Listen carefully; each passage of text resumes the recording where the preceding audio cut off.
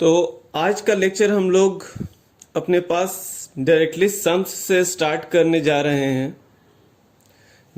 मेरे पास यहाँ पर एक इलस्ट्रेशन दिया हुआ है, इलस्ट्रेशन नंबर 2। सबसे पहले हम लोग सिंपल एवरेज मेथड था उससे उसका क्वेश्चन करने जा रहे हैं आज। आपके पास अगर ये क्वेश्चन होगा तो ठीक है, नहीं होगा तो आप यहाँ से ही इस वीडियो के अकॉर्डिंगली ही मैं क्वेश्चन पढ़ूंगा भी, लिखा हुआ भी है, आप की पॉइंट्स नोट कर लेंगे और उसको सॉल्व करेंगे। ए परचेज बी बिजनेस, ए ने बी का बिजनेस परचेज किया और कब? With effect from 1 April 2017। कब से परचेज किया है? 1 अप्रैल 2017 से। It was agreed that firm's goodwill is to be valued at 2 year purchase of average normal profit of the last 3 years. और उनके बीच में गुडविल को वैल्यू करने का क्या बेसिस दिया गया है? 2 ईयर्स परचेज, 2 ईयर्स परचेज है। और एवरेज नॉर्मल प्रॉफिट कितने साल का चाहिए? 3 ईयर्स का चाहिए। Average normal profit 3 years, purchase year 2 years. तो प्रॉफिट ऑफ बीज बिजनेस फॉर लास्ट 3 ईयर्स, तो बी के बिजनेस का लास्ट 3 ईयर्स का प्रॉफिट दिया हुआ है। इसका मतलब कि हम लोग उसका एवरेज निकाल लेंगे, क्योंकि एवरेज निकालने के लिए बोला था कि average normal profit last 3 years का, और लास्ट 3 ईयर्स का प्रॉफिट दिया हुआ है। 2014 का जो उसका प्रॉफिट है वो 1 लाख है, बट उस 1 लाख रुपीज में क्या इंक्लूडेड है? एबनॉर्मल गेन 10,000 रुपीज का, विच मीन्स कि इस 1 लाख में जो 10,000 रुपीज इंक्लूडेड है एबनॉर्मल गेन का, अगर हमें उसको हटाना पड़ेगा तब तो हमें नॉर्मल प्रॉफिट मिलेगा, क्योंकि एबनॉर्मल गेन हमेशा नहीं होता। तो हम लोग उसको क्या करेंगे? माइनस कर देंगे 10,000 रुपीज, तो 90,000 आएगा।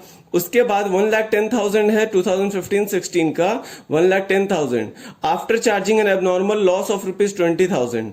एबनॉर्मल लॉस हुआ था उस साल में 20,000 का, उसको माइनस करने के बाद कितना आया है? 1,10,000। पर हमेशा तो एबनॉर्मल लॉस नहीं होता है। इसका मतलब कि पहले तो 20,000 हमें यहाँ ऐड करना पड़ेगा, तब जाकर के ये हमारा नॉर्मल पोजीशन पर आएगा। मैंने आप लोगों को वो फॉर्मूला बताया था, इफ यू रिमेंबर। तो फॉर्मूला के अकॉर्डिंगली एबनॉर्मल लॉस क्या होता है? ऐड कर दिया जाता है प्रॉफिट में उस साल के, और अगर एबनॉर्मल गेन होता है तो माइनस होता है, इसीलिए ऊपर में हमने माइनस किया और यहां पर मैं ऐड करने बोल रहा हूं। तो 1,10,000 में 20,000 ऐड करेंगे तो 1,30,000 आ जाएगा। 2016-17 में 80,000 है, उसमें कोई एडजस्टमेंट नहीं है, तो वो वैसा का वैसा ही रह जाएगा। तो सारा एडजस्टमेंट करने के बाद यहां पर अब हम लोग क्या कैलकुलेट करने बोल रहा है? Value of firm goodwill, firm के गुडविल का वैल्यू क्या होगा। तो हमारे पास जो डेटा दिया हुआ है उसके अकॉर्डिंगली हमें समझ में आ रहा है कि ये हमें सिंपल एवरेज लगाना पड़ेगा, पर उससे पहले हमें प्रॉफिट को एडजस्ट करना पड़ेगा।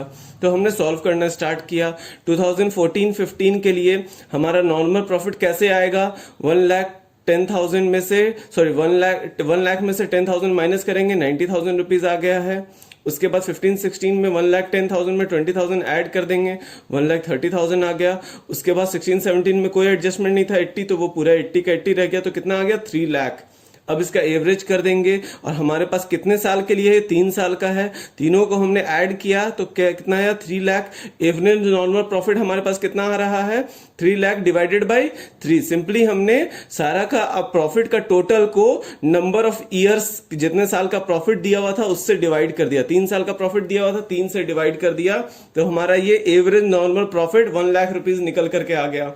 अब गुडविल के लिए क्या बोला था? 2 ईयर्स परचेज, 2 ईयर्स परचेज। तो हम लोग का फॉर्मूला क्या बोलता है? Goodwill is equal to number of year of purchase into average profit. तो हमारा एवरेज प्रॉफिट 1 लाख था, उसको मल्टीप्लाई कर देंगे number of year of purchase से 2 से, तो हमारे फर्म का गुडविल का वैल्यू कितना आ गया? ये 2 लाख रुपीज आ गया। फर्म के गुडविल का वैल्यू 2 लाख रुपीज आ गया। अब एक और क्वेश्चन हम लोग करने जा रहे हैं, वो है इलस्ट्रेशन नंबर 4। मेरे पास है इलस्ट्रेशन नंबर 4, आपके बुक में जो भी होगा वो आप ढूंढ लेंगे। A B and C are partner है, 3 पार्टनर है, ए बी और सी। अच्छा, यहां पर ए बी और सी दिया, आप में नाम अलग हो सकता है। A B and C are partner sharing profit and loss equally. They agreed to admit D for equal share. वो लोग किस चीज के लिए एग्री हुए हैं? कि वो डी को एडमिट करेंगे, मतलब नया पार्टनर ला रहे हैं डी, और उसका भी क्या कैसा शेयर रहेगा? इक्वल शेयर रहेगा। पहले इनका जो शेयर था वो था ए बी और सी का इक्वली था, मतलब वो लोग 1:1:1 के रेशियो में अपना प्रॉफिट शेयर करते होंगे। अब एक नया पार्टनर आ जाएगा डी, तो जब चारों पार्टनर का हमारा प्रॉफिट शेयरिंग रेशियो क्या हो जाएगा? मैं यहीं पर लिख दे रहा हूं, ए बी सी और डी आ जाएगा, जब ये चारों आ जाएंगे तो हमारा प्रॉफिट शेयरिंग रेशियो अगर इक्वली ही रखना है तो 1:1:1:1 हो जाएगा। ऐसे इक्वली लिखते हैं। For this purpose goodwill is to be valued at 4 year purchase of average profit of last 5 years. और इस पर्पस के लिए हमें गुडविल का वैल्यू निकालना है। कैसे निकालना है? At 4 year purchase. परचेज का पीरियड 4 साल है और average profit of last 5 years. और एवरेज प्रॉफिट कब का करना है? लास्ट 5 साल का एवरेज प्रॉफिट करने का बात कर रहा है। तो प्रॉफिट फॉर पास्ट 5 ईयर्स, तो लास्ट 5 ईयर्स का प्रॉफिट देगा तब तो हम लोग उसका एवरेज निकालेंगे। तो लास्ट 5 ईयर्स का प्रॉफिट दिया हुआ है। 31 मार्च 2013 का एवरेज प्रॉफिट है, सॉरी प्रॉफिट दिया हुआ है 30,000। 31 मार्च 14 का प्रॉफिट दिया हुआ है 70,000। 31 मार्च 15 का प्रॉफिट दिया हुआ है 1 लाख। 16 का प्रॉफिट दिया हुआ है 1,40,000। और 31 मार्च 2017 में ब्रैकेट में दिया हुआ है 1,20,000। इसका मतलब क्या है? वो लॉस है। इसका मतलब क्या है? वो लॉस है। कितने रुपीस का? 1,20,000 का लॉस है, क्योंकि वो ब्रैकेट में दिया हुआ है।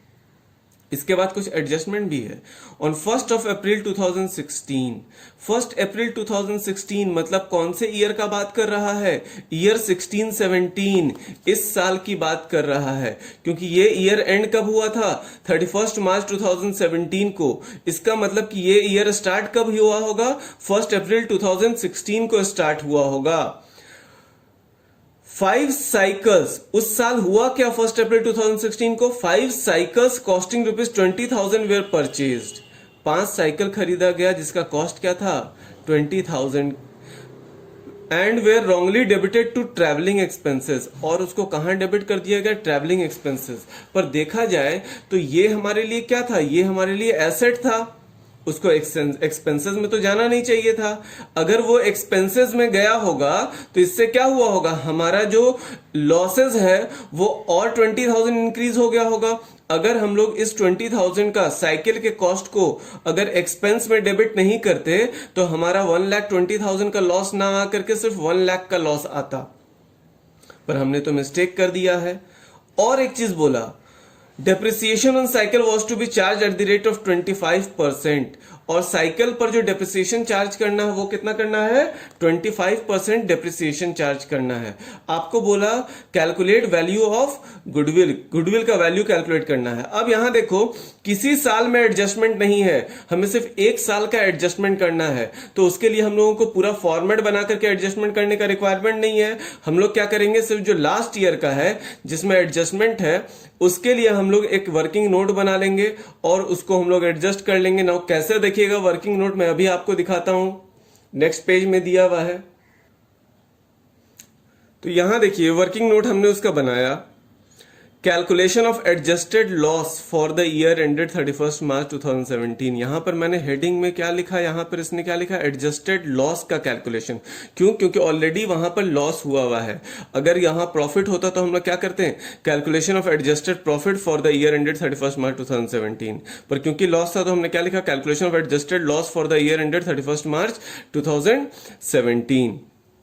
तो लॉस यहां पर कितना दिया हुआ? Loss for the year ended 31 मार्च 2017 जो ऑलरेडी दिया हुआ था वो था 1,20,000।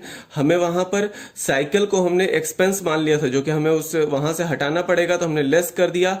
Cost of cycle wrongly debited to profit and loss account. तो 1,20,000 में से जैसे ही हमने लेस किया 20,000 तो हमारा लॉस कितना का रहा? हमारा लॉस 1 लाख रुपीस का ही अब आ गया।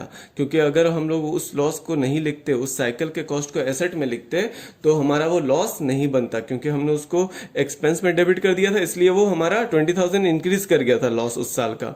तो हमारा लॉस कम हो गया, अब 1,20,000 से डिक्रीज होकर 1 लाख का लॉस आ गया। बट क्योंकि अगर हम लोग उस साइकिल्स को एसेट मान रहे हैं तो एसेट पर डेप्रिसिएशन भी तो करना पड़ेगा। और यहां पर बोला भी था कि जो एसेट्स है, जो साइकिल है, उस पर 25% का डेप्रिसिएशन करना है। तो साइकिल का कॉस्ट कितना था? 20,000। उस पर 25% जब हम डेप्रिसिएशन लगा देंगे तो वो डेप्रिसिएशन हमारा एक्सपेंस बनता है। इफ यू ऑल रिमेंबर, वो प्रॉफिट एंड लॉस अकाउंट में डेबिट होता है। इसका मतलब कि अब हमें ये एक्सपेंस में ऐड करना पड़ेगा। तो हमने 5,000 रुपीज का डेप्रिसिएशन ऐड कर दिया। तो एक्चुअल हमारा जो नॉर्मल एक्सपेंसेस था, वो लॉस था उस साल का, वो कितना आ गया है? लॉस फॉर द ईयर आ गया हमारे पास 5,000 का हमारे पास लॉस आ गया है। बस ये हो गया एडजस्टमेंट। अब हमें ये लॉस का अमाउंट मिल गया है। अब जाकर के इसका कैलकुलेशन कर लेंगे हम लोग, फाइनली गुडविल का वैल्यू निकालेंगे। तो अब यहां पर सॉल्यूशन कर रहे हैं। अब ये देखिए सॉल्यूशन में क्या हो रहा है, कैलकुलेशन ऑफ एवरेज प्रॉफिट। पहले तो हम लोग एवरेज प्रॉफिट कैलकुलेट कर रहे हैं। ईयर दे दिया है 31 मार्च 13, 31 मार्च 14, 31 मार्च 15, 16, 17। उस हर साल का प्रॉफिट ऊपर दिया हुआ था 30,000 विदाउट एनी चेंजेस था, कोई एडजस्टमेंट नहीं था। 30,000 लिख दिया, 70,000 यहां लिख दिए, 1 लाख यहां लिख दिए और 1,40,000 फिर यहां लिख दिया हमने।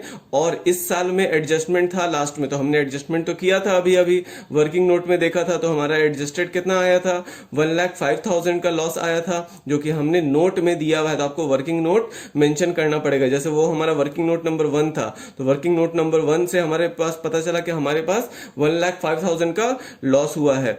तो हमने टोटल प्रॉफिट देख लिया, तो ये चारों ऐड होगा और उसके टोटल से ये 1,05,000 माइनस होगा क्योंकि वो लॉस है। तो हमारा टोटल प्रॉफिट कितना आ रहा है 2,35,000।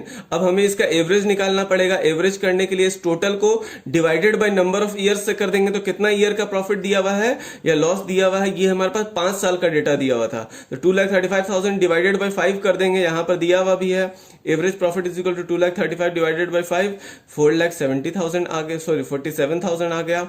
अब गुडविल का वैल्यू निकाल देंगे। एवरेज प्रॉफिट मिल गया है into number of year of purchase ऊपर दिया हुआ था, number of year of purchase क्या दिया हुआ था 4 इयर्स, तो 47,000 into 4, 1,88,000 is the value of our goodwill. और ये भी हमारे पास सिंपल एवरेज मेथड से कैलकुलेट किया गया है।